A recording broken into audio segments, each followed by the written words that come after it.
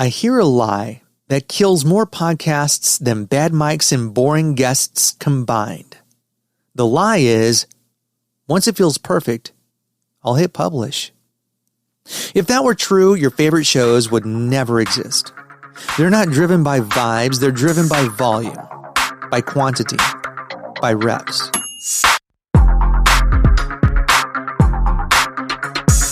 Today on Your Mic, I want to talk to you about a ceramics class, a breast cancer nonprofit, and why your podcast only gets good when you stop worshiping quality and start shipping.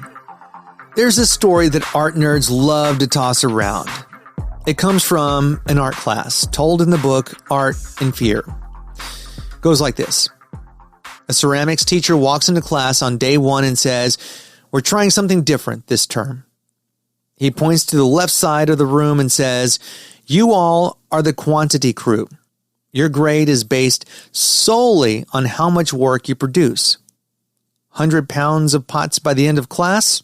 That's an A. 50 pounds? C.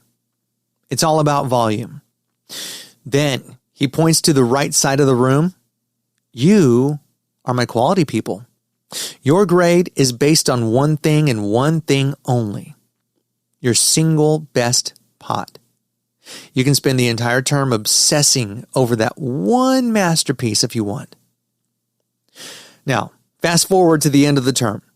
The teacher comes back, weighs the pots from the quantity side, and then inspects the single perfect pieces from the quality side. And here's the twist.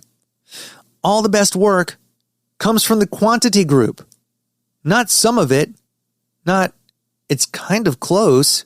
The best pieces, the ones that look like they were made by actual artists, they came from students who just kept making pot after pot after pot after pot after pot. They made ugly stuff. They made cracked stuff. They made, "Please don't show this to my mother" stuff. But every time they screwed up, they learned something. The clay taught them. The wheel taught them. The mistakes taught them. Meanwhile, the quality side of the room spent their time theorizing perfection, overthinking, sketching, planning. They had lots of thoughts about great work, but not much actual clay on the table. Now, is this lab coat, peer-reviewed, double-blind study? No. It's a parable. A story from a real art class. But every creator who's been in the trenches hears that story and goes, "Yep, that tracks." Because in the real world, quantity is the road that quality has to drive on. Podcasting works the exact same way. You don't get to 100 by thinking about having a great show. You get to episode 100 by shipping episodes 1 through 99. You only find your voice by using your voice. You only become a better interviewer by doing a stupid number of interviews. I've done over 1,000 and I still feel like there's more room to improve. And you only turn your podcast into a real media asset by deciding, "I'm going to show up on purpose over and over and over again, even when it's not fun." And I think podcasting should be fun. Creators who work off vibes, well, as the kids would say, the math don't math. Not at all. They drop an episode, disappear for a few weeks, come back with a, quote, big relaunch, and then ghost again because, life happened. Quantity kids are in the studio while the vibe kids are in their feelings. Let's take a real-world example from the Speke roster of clients. This is The Rose, a breast center of excellence here in Houston, Texas. Their show is called Let's Talk About Your Breasts. Now, when we launched the show, they were on a weekly cadence. Solid, great content, strong guests, even stronger interviews. And here's where it gets really interesting. From season 1 into season 2, they decided to go biweekly. Now, that is actually really crazy to think about it. Nonprofits, they're busy raising funds, serving the mission. And they did that because They were serious. Biweekly episodes meant that they could go deeper. More thoughtful story arcs, better prep with survivors and doctors, more time to turn each episode into an asset. And here's what happened. The results got better.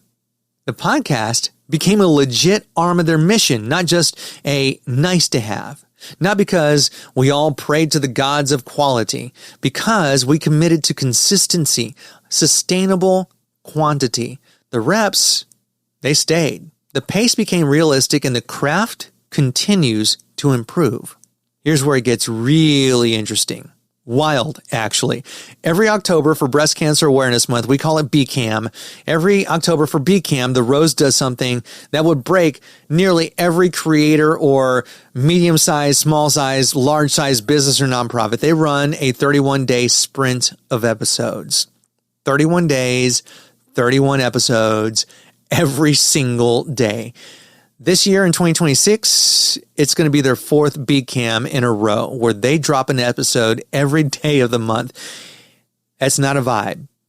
That is podcast mastery. And what do they have to show for it? A deep catalog of survivor stories, educational episodes, donor spotlights, and behind-the-scenes looks at their mission. Episodes going out on RSS, yes, but also chopped for social, repurposed on YouTube, embedded in newsletters, shared at events. Tangible assets that get used and reused and repurposed in so many different ways. And let me tell you, you go into the building and you go into the elevator, you're going to see a promotion of their podcast. You talk about an organization really doing it right. The Rose is a case study. They are straight out of the book on how to do a podcast the right way. And that's what quantity looks like when it grows up. It's not random posting. We're talking rhythmic, intentional output, a sustainable biweekly cadence most of the year with a concentrated 31-episode marathon every Breast Cancer Awareness Month. Clay on the wheel, clay in the kiln, clay shipped. Let's bring this back to your mic. Yours, not this podcast, which is titled Your Mic. Your mic. If you're sitting on the perfect launch, you are that quality student, polishing the same sad, lopsided pot for 16 weeks and calling it strategy. If you're dropping episodes only when the muse shows up, you are playing creator on easy mode and wondering why your numbers look like a ghost town. You don't need to be weekly. You don't need to be daily. You need to be consistent, whatever that word means to you. You see, the point is to never kill yourself. It's never to make your podcast turn you into some sort of hostage. Remember, Dorothy Gibbons from The Rose, she's the co-founder and former CEO. She had this hardline rule, and it really sets the tone for everything we do at Speke Podcasting. It's got to be fun. So you never want to be held hostage by your podcast. You don't want the inputs to really do a number on you, much less kill you. You don't want it to start to distract from your business or your personal life. You never want that. It's got to be fun. Yet at the same time, if you want to share your story with the world, if you want to build your brand, if you want this to serve as some kind of arm for your business or nonprofit, you do have to put in some work. There's no way around it. You're not going to get to 1 million downloads every month because, poof, somebody noticed you. That's not how any of this works. Once you commit to quantity, quality has got nowhere to hide because it eventually shows up. So this is your homework. If you're fantasizing about your dream podcast, stop. What I want you to do is start acting like that ceramic student on the quantity side. Map out 10 to 12 episodes. All you got to do is work out titles and maybe a sentence of what each episode is going to do for your listener. Block one recording day and batch at least 2 or 3 of them. Then commit to a release schedule you can actually maintain for the next 6 months without going crazy or turning your hair completely gray. You're going to write it down. You're going to tell your audience. You're going to tell your team. You're going to tell your dog, "What's up, Sparrow? I love you, man." That's because you only get to episode 100 by surviving episode 1, 2, 3, 4, 5, and 6, so on and so forth. You only get to your version of 31 episodes in 31 days by becoming the kind of person who ships when they say they're going to ship. And if this episode slapped you around a little bit in a loving way, share it with a podcast friend who is stuck polishing their perfect pilot. If you want some help figuring out what your version of sustainable quantity looks like, weekly, biweekly, sprint-based, slide into my DMs. Send me an email. I'd love to chat. Freddy at spekepodcasting.com. That is Freddy with a Y at SPEKE podcasting.com. Keep your mics hot. Stop worshiping vibes. Start stacking pots, because in this game, the creators who ship are the ones who win. And you're a winner.